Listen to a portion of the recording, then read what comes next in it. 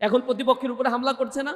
নির্বাচন কমিশনে গতকালকেই দেখলাম এক প্রার্থী তাদের নামে অভিযোগ করছে, এই কারণে নির্বাচন কমিশনের সামনে তাকে বেধড়ক পিটাইছে, একজন প্রার্থীকে এইভাবে পিটাইছে। তারা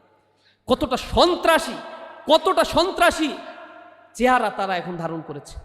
সেই লজ্জা, মাজলুম যখন জালিম হয় তখন অবস্থা কিন্তু খুব খারাপের দিকে চলে যায়। আর এই জালেমের পতনটাও আল্লাহর পক্ষ থেকে খুব দ্রুতই ত্বরান্বিত হয় মানুষের কাছে। এই কারণে আমরা গিয়ে এখন একটু পজিটিভ কথাগুলো বলবো। আমরা আসলে বাংলাদেশে কি চাই, কিভাবে পরিবর্তনটা হবে, আমরা ক্ষমতায় আসলে কোন জায়গায় মানুষের শান্তি আমরা প্রতিষ্ঠা করব, এই জিনিসগুলো এখন বলতে হবে। এই সমাজের বড় বড় প্রবলেমগুলো নিয়ে মানুষের সামনে কথা বলতে হবে। মানুষ এখন আমাদের কাছে চায় যে রাস্তার সমস্যা সমাধান করে দিতে পারলেই তোমাদেরকে ভোট দিব। রাস্তার সমস্যাটা মানুষ ফার্স্ট প্রায়োরিটি দেয়, কারণ বিগত সময়ে রাস্তা করছে, এটার যা বরাদ্দ দেওয়া হয় রাস্তায় একদিকে বানায় আর একদিকে ভাঙতে থাকে। যা উপর থেকে বাজেট আছে, আসমান থেকে যা নাজিল হয় আর কি, ওই যে মানে টাকা যেগুলা অর্থ মন্ত্রণালয় থেকে বাজেট হয়ে নাজিল হয়, এগুলো আস্তে আস্তে নিচ পর্যন্ত পড়তে ও 10% আর অবশিষ্ট থাকে না। জনগণ সেটা পায় না, এই বদ্ধসত্য ভোগিতা। এবং এই মাঝখানের যে অর্থ বরাদ্দের করাপশন, এই করাপশনগুলো বন্ধ করে দিয়ে এর পুরো টাকা যা বাজেট হয় তা এশিয়া মহাদেশের মধ্যে যে দেশগুলো আছে তার চেয়ে সবচেয়ে বেশি বাজেট হয় বাংলাদেশে এই রাস্তাঘাটের জন্য। সুতরাং এই রাস্তাঘাটের যদি শতভাগ বরাদ্দ বাস্তবায়ন করা যায়, রাস্তাগুলো একেবারে কনক্রিট করে দেওয়া সম্ভব। বাংলাদেশে কোনো কাঁচা রাস্তা থাকার কথা না, আর ঝিকঝাক উঁচু নিচু রাস্তা থাকারও কথা না। জনগণের প্রবলেম হচ্ছে হেলথ সেক্টরের প্রবলেম। মানুষ স্বাস্থ্য খাতে যে পরিমাণ অবহেলা আর দুর্নীতির শিকার হয়, 70% মানুষ টিআইবির রিপোর্ট অনুযায়ী তাদের কাছে বলেছে যে আমরা সরকারি হাসপাতালে সেবা নিতে গিয়ে দুর্নীতির শিকার হয়েছি, করাপশনের শিকার হয়েছি, টাকা ঘুষ দিয়ে আমাদেরকে সেবা নিতে হয়েছে। সরকারি হাসপাতালগুলোতে গেলে মনে হয় ছাগলের ছানা, মানে গো বাছুরের ছানা যেরকম থাকে অবহেলায় অবজ্ঞায়, এদেশের জনগণ নাকি দেশের মালিক। দেশের মালিক হয়ে ওই হাসপাতালগুলোতে ওই মানুষগুলো যেভাবে পড়ে থাকে, এগুলো দেখলে কান্নায় চোখ থেকে পানি ঝরঝর করে পড়ে আসে। কল্পনা করা যায় না মানবিকতা কোথায়। সরকারি হাসপাতালগুলোতে ডাক্তার খুঁজে পাওয়া যায় না, ডাক্তার আসে বড় ডাক্তার 2 ঘন্টা 3 ঘন্টার জন্য তার অন্য চেম্বার নিয়ে এসে ব্যস্ত হয়ে পড়ছে, ইথিক্স নাই তাদের ভেতরে। বেসরকারি হাসপাতালে যাও, এই টেস্টটা কোথায় থেকে করাবো? সরকারি হাসপাতালে সব মেশিন নষ্ট, দরপত্র হয়, এরপরে সেকেন্ড হ্যান্ড মেশিন কিনে নিয়ে আসে, এই রিপেয়ারিং না করতে সব নষ্ট হয়ে যায়। সরকারি হাসপাতালে আসে চিকিৎসার জন্য, প্রেসক্রিপশন লিখে বেসরকারি হাসপাতালে যাও, কোন ডাক্তারের কাছ থেকে নিয়ে আসছো, এটার আবার 40% কমিশন, এগুলো আবার ফ্রিজ এসি টেসি সব চলে যাচ্ছে। স্বাস্থ্য খাতে জনগণের জীবন নিয়ে যে পরিমাণে তামাশা এই দেশে হয়, এটা লাঞ্ছনাদায়ক, কষ্টকর। এই পরিস্থিতির পরিবর্তন দরকার। জামাত ইসলামী এই ঘোষণা দিয়েছে, ইনসাফের বাংলাদেশ হলে বাংলাদেশের 64টি জেলায় আধুনিক স্বাস্থ্যসেবা কেন্দ্র গড়ে তোলা হবে। যে স্বাস্থ্যসেবার জন্য মানুষকে ঢাকায় আসতে হবে না, বিদেশে যেতে হবে না, এই স্বাস্থ্যসেবা কেন্দ্রগুলোতে তারা নিজেদের এই সেবাগুলো তারা নিতে পারবে। এই স্বাস্থ্যসেবার কথাগুলো মানুষদেরকে বলতে হবে। প্রত্যেকটা জেলা পর্যায়ে, উপজেলা পর্যায়ে হেলথ সেন্টারগুলোকে আধুনিকায়ন করা হবে। এখানে যে সকল মধ্যস্বত্বভোগীরা যারা রয়েছে এবং যারা হচ্ছে এখানে করাপশনের সাথে জড়িত, তাদেরকে স্ট্রিক্টলি হ্যান্ডেল করা হবে। আমার মনে হয় জামাত ইসলামী ক্ষমতায় আসার পরের দিন রাতে দেখুন প্লেন লাইন ধরে গেছে, দুর্নীতিবাজ যেগুলা, চাঁদাবাজ যেগুলা, এমনি ভালো হয়ে যাবে। দূরে দাড়ি টুপি পরা মসজিদে দেখবেন ফজরের নামাজে তাদেরই আগে দেখবেন।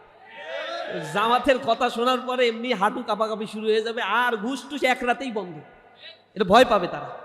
এবং এরপরে তাদেরকে গণপ্রতিরোধের ডাক দিতে হবে যে তুমি ব্যবসা করবা তোমার স্বাধীন বাংলাদেশে, তুমি বাংলাদেশের নাগরিক, সাংবিধানিকভাবে তোমার অধিকার আছে, তুমি বাংলাদেশের নাগরিক হিসেবে ব্যবসা করবা।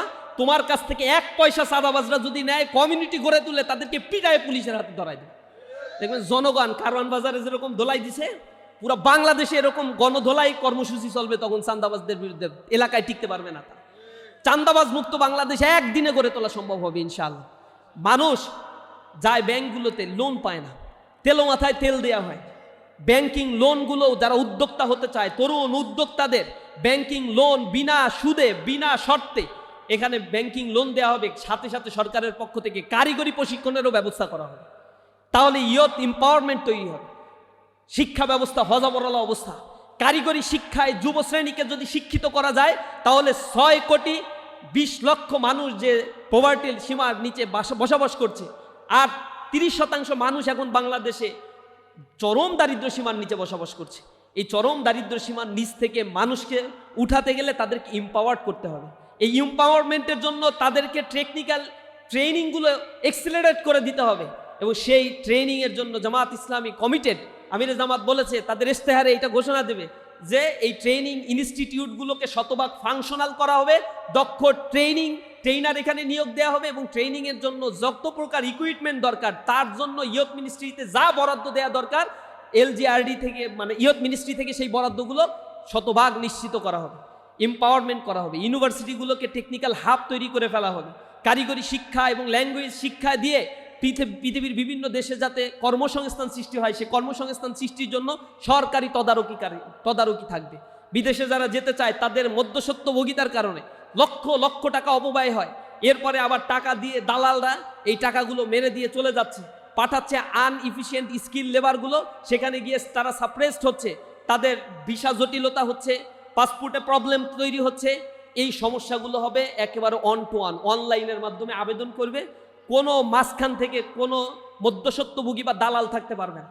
এখান থেকে আবেদন করবে, দক্ষতা বাইরার মাধ্যমে প্রশিক্ষণ নিবে, প্রশিক্ষণ অনুযায়ী দক্ষতা অনুযায়ী এজেন্সিগুলো বিদেশ থেকে আসবে, এসে তারা ক্রাইটেরিয়া অনুযায়ী টেস্ট নেবে, টেস্ট নিয়ে যে কয়জন নেয়ার সে কয়জন নিয়ে চলে যাবে। আমরা তো সরকারকে বলি, জামাত ইসলামী যদি সরকার গঠন করে ইনশাআল্লাহ করবে, তখন এই বিদেশে যে শ্রমিকগুলো যাবে, এই ডায়াসপোরারা আমার অর্থনীতি যেহেতু টিকিয়ে রাখছে, এই ডায়াসপোরাদেরকে সর্বোচ্চ অনার এবং সম্মান দিতে হবে, কারণ আমার দেশের অর্থনীতি টোটালি রেমিটেন্সের উপরেই টিকে আছে। সুতরাং এই রেমিটেন্সটা ডাবল ফিগার করা 1 বছরের ব্যবধানে সম্ভব। এ কারণে যারা বিদেশে যাচ্ছে তাদের বিদেশে যাওয়াটা স্মুথ করে দিতে হবে, ট্রেনিং দিতে হবে, এবং তাদের ওইখানে যথাযথ সম্মান এম্বাসিগুলোর মাধ্যমে এম্বাসিকে শতভাগ অ্যাক্টিভ করে ফেলতে হবে, জনগণকে যেন পূর্ণ সিকিউরিটি এম্বাসিগুলো বিদেশে দিতে পারে, সেই নিশ্চয়তাগুলো দিতে হবে।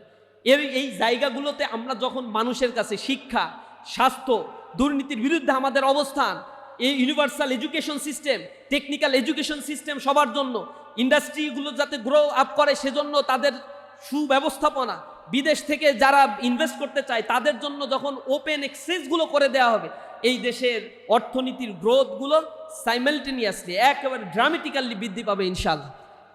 তাহলে জনগণের মধ্যে ইনকাম ডিসপারশন কমবে, জনগণ তার অধিকার ফিরে পাবে। এখানে যারা মানে আততায়ী হচ্ছে, দুষ্কৃতিকারী যারা এখন হত্যাকাণ্ড ঘটাচ্ছে, এগুলো একেবারে এআইয়ের মাধ্যমে আন্ডার সার্ভিলেন্সের মধ্যে নিয়ে আসা সম্ভব। সর্বোচ্চ প্রোটেকশন এই জনগণের জন্য নিশ্চিত করা হবে।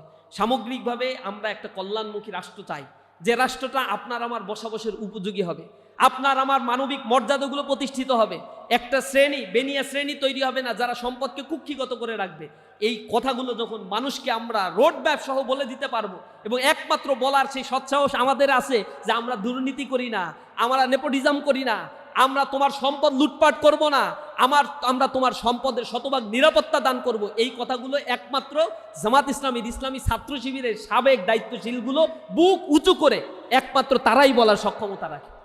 কারণ এর পর্যন্ত 50-এর অধিক যে এমপি নির্বাচিত হয়েছে তারা এগুলো সাক্ষ্য দিয়েছে, প্রমাণ দিয়েছে, যে মন্ত্রী যারা ছিল তারা এগুলো শতভাগ প্রমাণ করেছে। সুতরাং দেশ পরিচালনার জন্য এই সৎ মানুষগুলো আগামীর বাংলাদেশকে বিনির্মাণ করবে। নতুন বাংলাদেশকে আমরা একসাথে গড়ে তুলতে চাই। এজন্য এই বছরের স্লোগানও ঠিক করা হয়েছে, ঐক্যবদ্ধ বাংলাদেশ আমরা গড়ব, চলো গড়ি একসাথে বাংলাদেশ।